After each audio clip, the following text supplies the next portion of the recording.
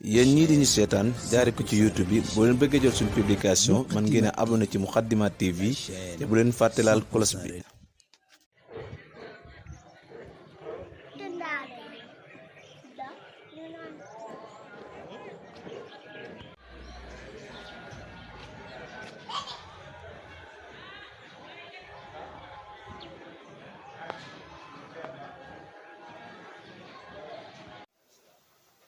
Voilà, merci Monsieur Thiaw.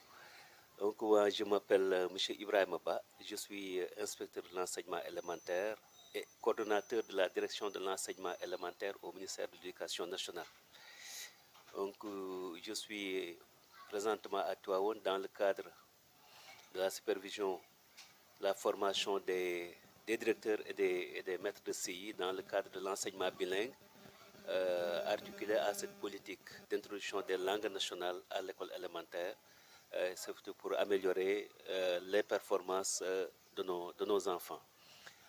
Donc un projet que nous partageons avec l'ensemble des autres académies du Sénégal. Aujourd'hui, on travaille à implémenter l'utilisation des langues comme outil d'amélioration des apprentissages et des enseignements dans les écoles élémentaires. C'est dans ce cadre-là donc que je suis à Tivaouane depuis 2 semaines, où j'ai pu avoir l'occasion de superviser la formation des directeurs d'école qui vont donc asseoir l'encadrement des enseignants dans le cadre de cette mise en œuvre, mais aussi celle des maîtres de CI qui construit la base de départ où nous partons pour généraliser l'introduction des langues à l'école élémentaire. Donc voilà 15 jours que je suis avec vous dans cette œuvre-là, portée par l'IEF de Tivaouane, qui est donc une IEF de l'IA de Thiès, IA qui est accompagnée dans cette œuvre par un projet qu'on appelle le projet d'amélioration des performances du système éducatif PAPS, certainement qui aura l'occasion de prendre la parole pour dire effectivement ce qu'il fait avec vous dans ce domaine-là. Et donc nous avons vécu 15 jours intenses de formation, de partage, où vraiment les formateurs qui ont été retenus par l'IEF de Tivaouane, en l'occurrence l'équipe technique locale, a eu à travailler d'arrache-pied, vraiment de se donner à fond pour faire passer les informations sur le plan pratique, sur le plan théorique, sur le plan pratique surtout à travers des simulations, parce que nous sommes aussi dans une approche andragogique, nous gérons des enseignants. Et je pense que les enseignants, ce dont ils ont besoin aujourd'hui, ce sont effectivement des informations pratiques qui servent à améliorer ce qu'ils font dans les classes. Et donc les formations, en tout cas, le déroulement a été articulé autour de cette approche où les enseignants ont eu à éprouver tout ce qui a été retenu comme contenu pour renforcer leurs capacités dans le domaine de l'enseignement bilingue. Et au sortir donc de cette formation, nous pensons donc forcément par rapport à ce que nous avons vu, que l'implémentation de l'utilisation des langues à Tivaouane est déjà sur une très bonne voie, parce que l'évaluation a prouvé que les enseignants ont apprécié ce qui a été partagé comme contenu de formation et se sont aussi engagés à mettre en œuvre de la manière la plus correcte ces orientations-là, en tout cas dans le pilotage pédagogique de leurs classes respectives, et ils seront certainement accompagnés par les directeurs d'école et les inspecteurs de l'inspection de l'éducation et de la formation. Donc man ñu ngi may wooyee Ibrahima Ba, man inspecteur la bu éducation nationale, nekk coordonnateur kër ga ñuy wooyee direction de l'enseignement élémentaire ca ministère de l'éducation nationale.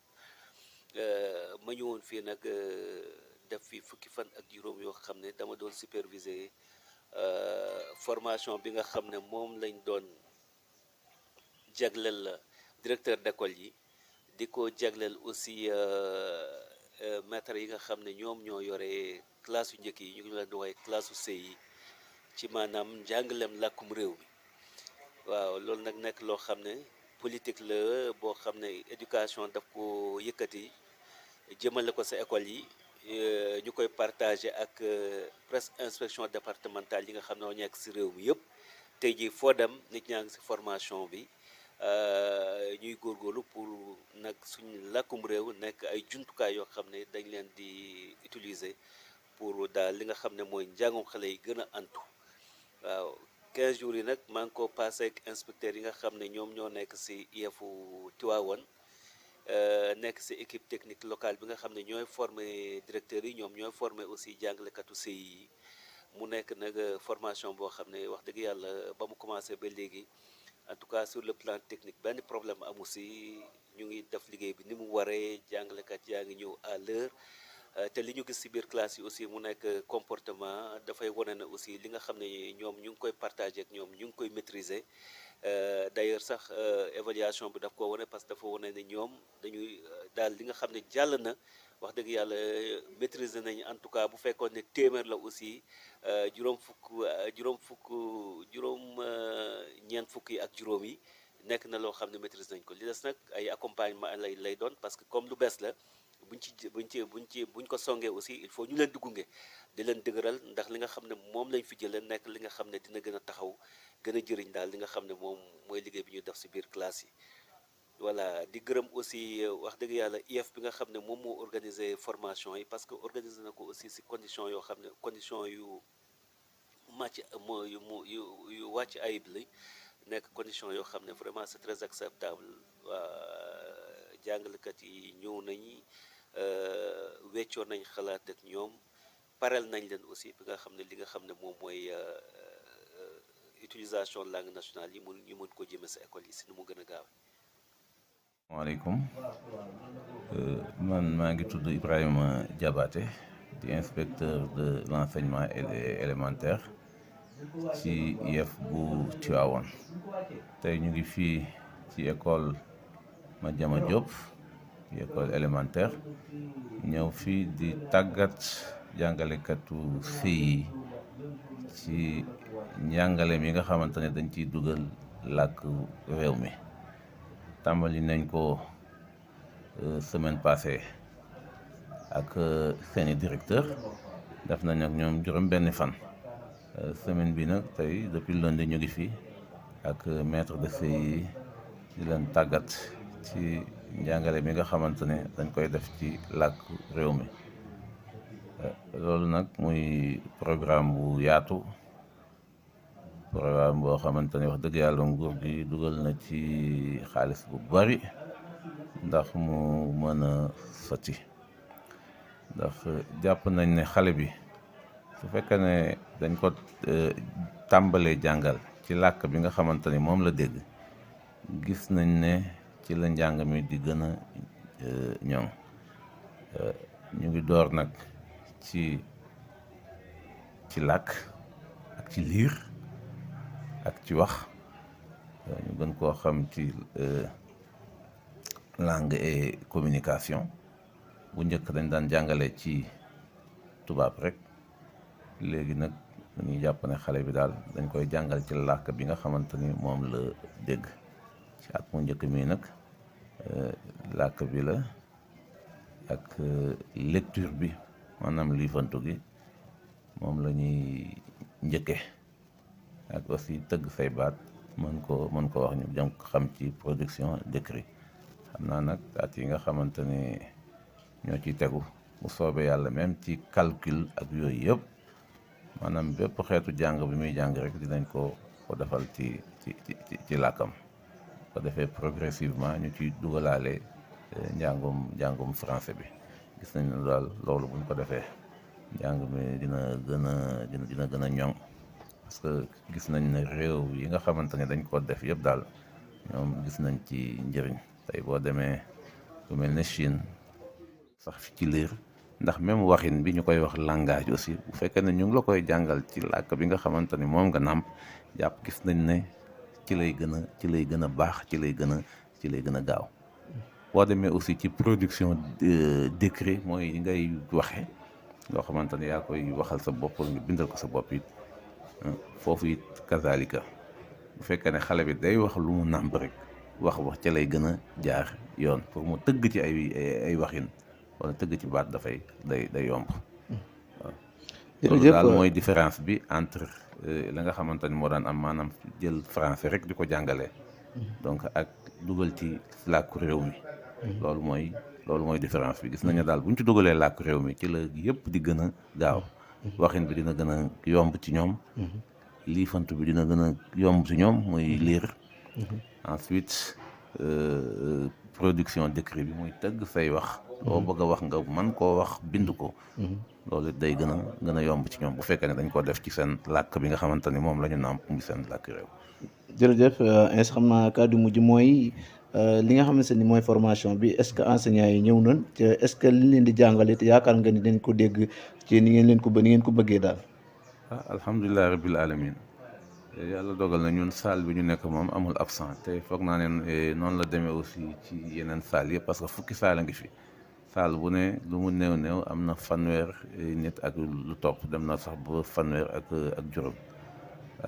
jàpp nañ ne daal wax dëgg yàlla liñ leen di tàggat daal mu ngi dugg ndax heure bu ñu leen di tàggat dinañ leen natt dañuy tàggat wan leen naka lañ koy defee bu ñu paree ci loolu ñoom danañ leen bàyyi ñoom itam ñu jéem ñu def ñu gis te li nga xamante ni moom la ñu gis ñu di ko def daal jàpp nañ ne daal li leen fi jox daal dugg na.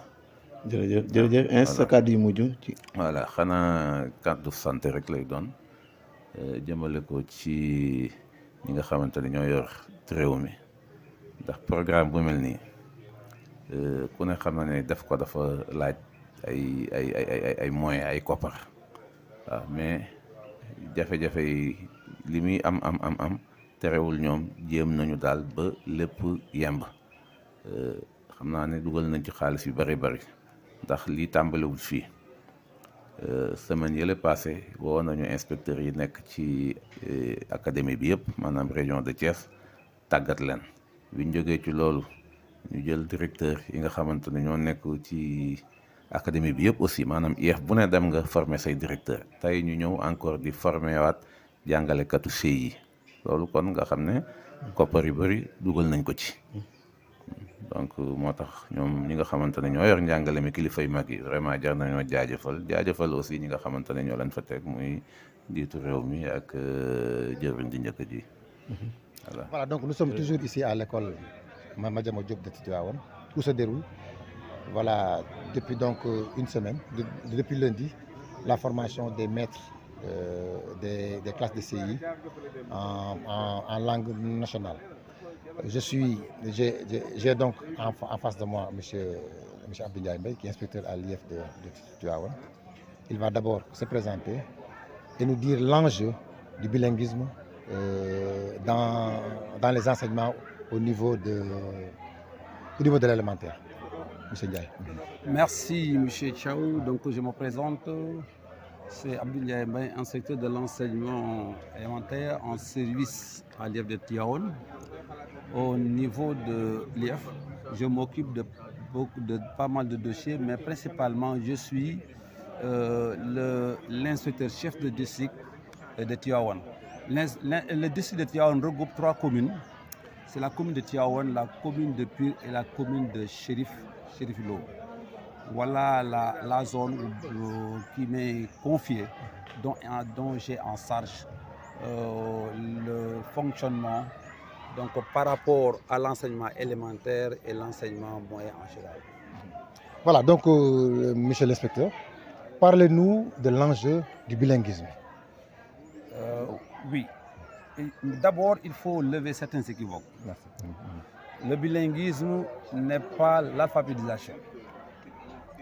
Donc souvent les gens ils sont un peu dans l'abus en soutenant ou bien en disant que maintenant on fait du wolofal à l'école élémentaire. Non, ce n'est pas la bonne compréhension. La bonne compréhension est le mot qui s'y est, c'est bilinguisme. Et la compréhension qu'il faut en avoir, c'est qu'on s'adosse sur nos langues nationales pour former davantage nos enfants, pour leur donc faire accéder davantage de compétences. Mais pour le contexte de l'IEF de Tivaouane, il y a un domaine qui nous concerne principalement, c'est le domaine langue et communication. Donc si on parle de bilinguisme, il y a beaucoup d'aspects qui peuvent, les lignes peuvent bouger par rapport à beaucoup de considérations. L'approche peut changer et cela est apparu dans la formation.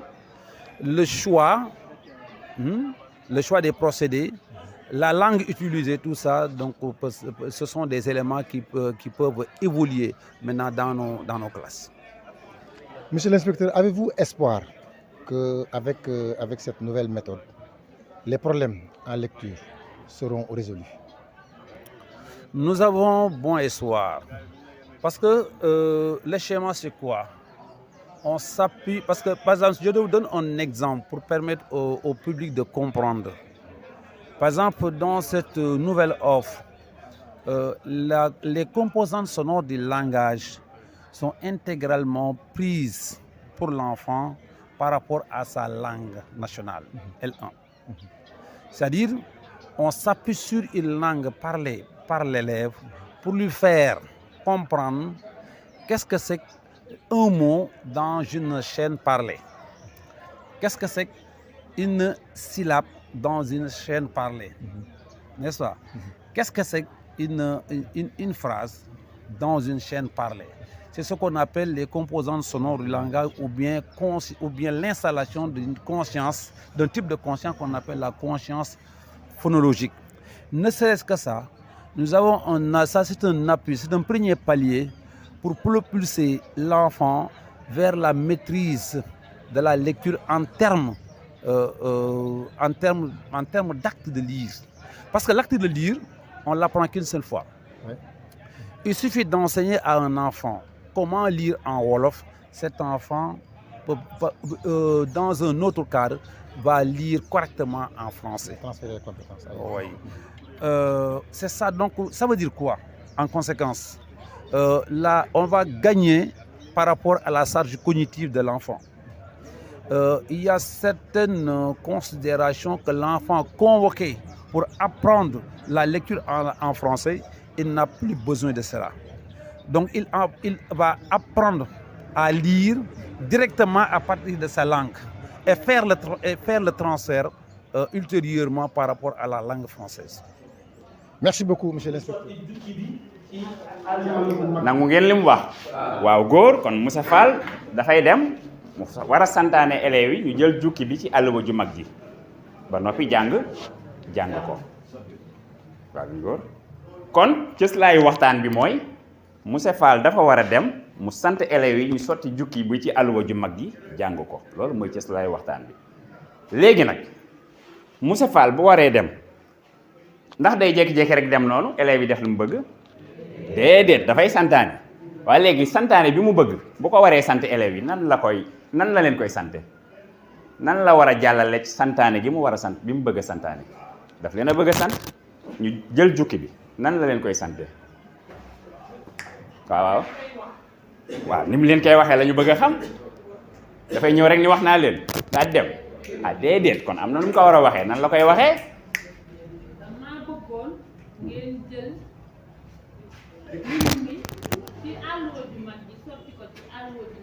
ànd ngeen ci li mu wax waaw góor waaw Kumba damaa bëggoon ngeen jël jukki bi ci àlluwa ju mag yi ngeen jukki wa bi ngeen jël ko léegi nan lañ ko mën a waxewaat beneen waxin waaw góor jël leen jukki bi ngeen sotti ko ci jël leen jukki bi ci àlluwa ju mag ji ngeen sotti ko te jàng ko jël leen jukki bi ci àlluwa ju mag ji ngeen sotti ko te jàng ko bamtu. Donc 2 semaines de formation initiale des maîtres du CI en langue nationale. Je suis avec un des formateurs. Il va dans un premier temps se présenter et ensuite faire un bilan partiel de ces 15 jours de formation. Bonjour monsieur. Donc bonjour monsieur Thiaw, c'est Michel Moussa Lay, directeur école élémentaire de Niakhène et en même temps codec de Niakhène. Maintenant par rapport au sujet que vous venez d'aborder, donc nous sommes à la dernière semaine de la formation par rapport à l'introduction des langues nationales. Donc je fais partie de l'équipe technique qui a renforcé les 12 directeurs qui sont venus renforcer le pôle des inspecteurs. On a eu à faire une formation au niveau de l'IA de Thiès qui a duré 5 jours. Maintenant, on est en train de démultiplier On a fait avec les directeurs 6 jours de formation. Maintenant, aujourd'hui, nous sommes en train de dérouler avec les maîtres du CI du département de Tivaouane. Voilà, maintenant, par rapport aussi à ce nouveau programme-là, donc par rapport à l'ambiance qui règne dans les salles, on voit que les enseignants, les directeurs, les maîtres de CI, les inspecteurs, les directeurs d'école, vraiment, tout le monde s'intéresse à la chose. Parce que comme on le dit, aucun pays ne peut se développer par rapport à une langue étrangère. Donc on part de la langue maternelle de l'enfant pour ensuite faire le transfert le lendemain en français, en langue seconde. Voilà, donc merci beaucoup M. Ley. Il fait partie donc des formateurs, d'une dizaine de formateurs qui sont là donc depuis pratiquement 15 jours. Ils ont déjà formé les directeurs. Et depuis lundi passé, donc ils forment les enseignants. Ci wolof monsieur Ley maa ngi lay nuyu. dama bëggoon nga présenté wu ba pare na nga wax ñu maanaam ñaari ay bés yi nga xamante ni nii lëkkaloo nga ko. ak ay directeurs d'école ak ay enseignement. maanaam li ngi leen tàggat ci lan la jublu. waaw mi ngi jublu monsieur Thiaw. maa ngi lay remercier ci interpellation bi nga ma interpellé.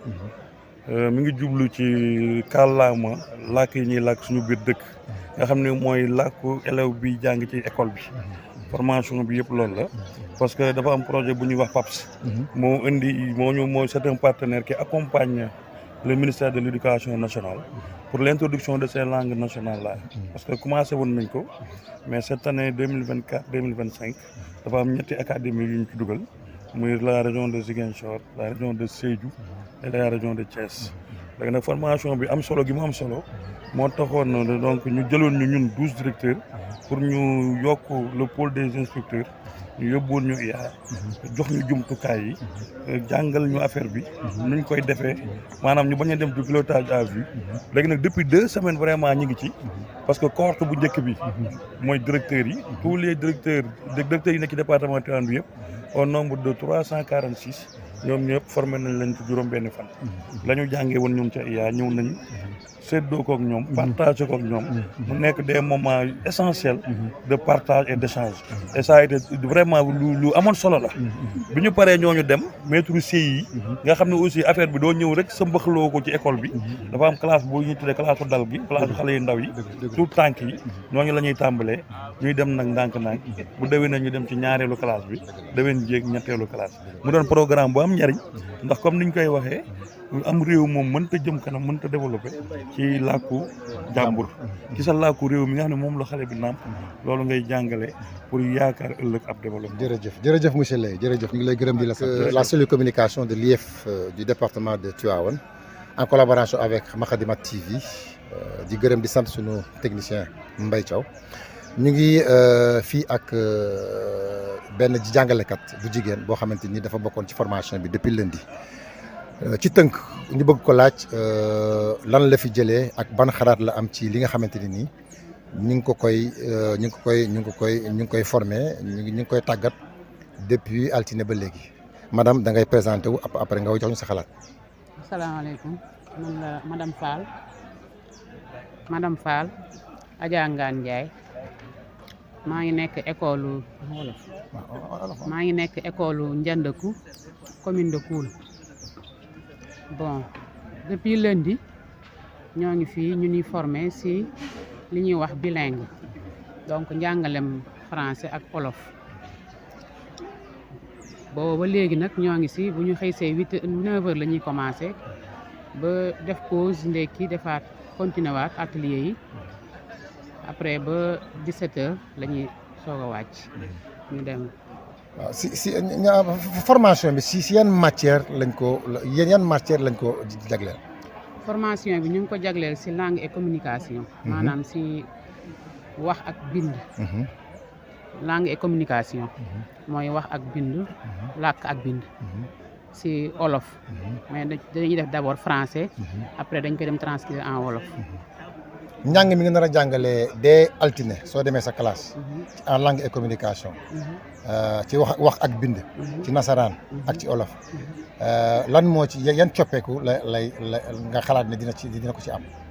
coppeeku yi de man li ma si gis d'après bi ma commencé ak léegi li ma si jàngat boobaa depuis keroog ba léegi xalaat naa ni dina gën a gaaw que xale bi comprendre parce que xale bi langam nga jàngal ko mooy li gën a gaaw si moom compréhension bi dugg que nga di ko wax si français parce que même commencement sëy xamagul dara balaa ngay dugal français bi moo français bi si boppam dafay xaw a jafe mais su nekkee si làkkam la si olof bi mooy gën a gaaw ndax li nga koy expliquer mu gaaw a comprendre du bokk ak français bu dee français bi foofu ngay gën a yàggee temps bi ngay def aussi pour nga jàngal ko si olof mooy gën a gaaw que bi nga koy def pour nga jàng ko si français mu mën a comprendre dëkk kii zone bu nekk ak langam bu dee ñun fii suñu zone ñun moom wolof bi lañ gën a favoriser ak pulaar bi d'accord jërëjëf madame lii rek la woon ñu ngi lay gërëm di la sant di ñaan yàlla nga dellu si jàmm ak salaam voilà merci on va répéter apprendre encore répète répète répète répète répète apprendre à classe apprendre encore apprendre prenez waxal ma répète répète répète répète répète allez on répète à classe prenez encore très bien rompre répète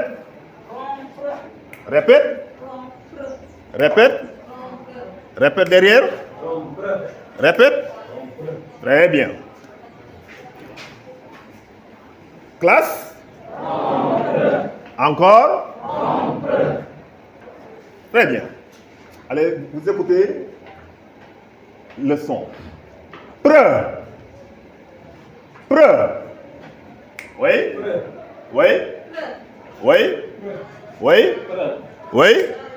oui très bien voilà maintenant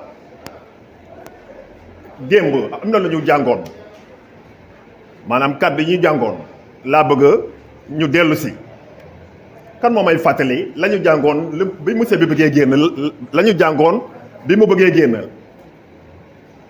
lan la wax xale yi bi mu bëggee génn dem lan la waxoon xale yi waaw yow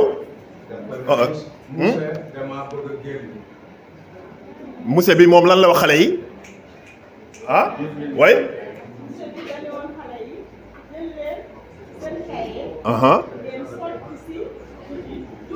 jukki bi ci àllewu ju mag ji te ngeen jàng kon loolu kon jël leen seeni kaye ngeen sokk ci jukki bi ci àllewu ju mag ji te ngeen jàng kon loolu la musée bi bul fàtte abonné bul fàtte abonné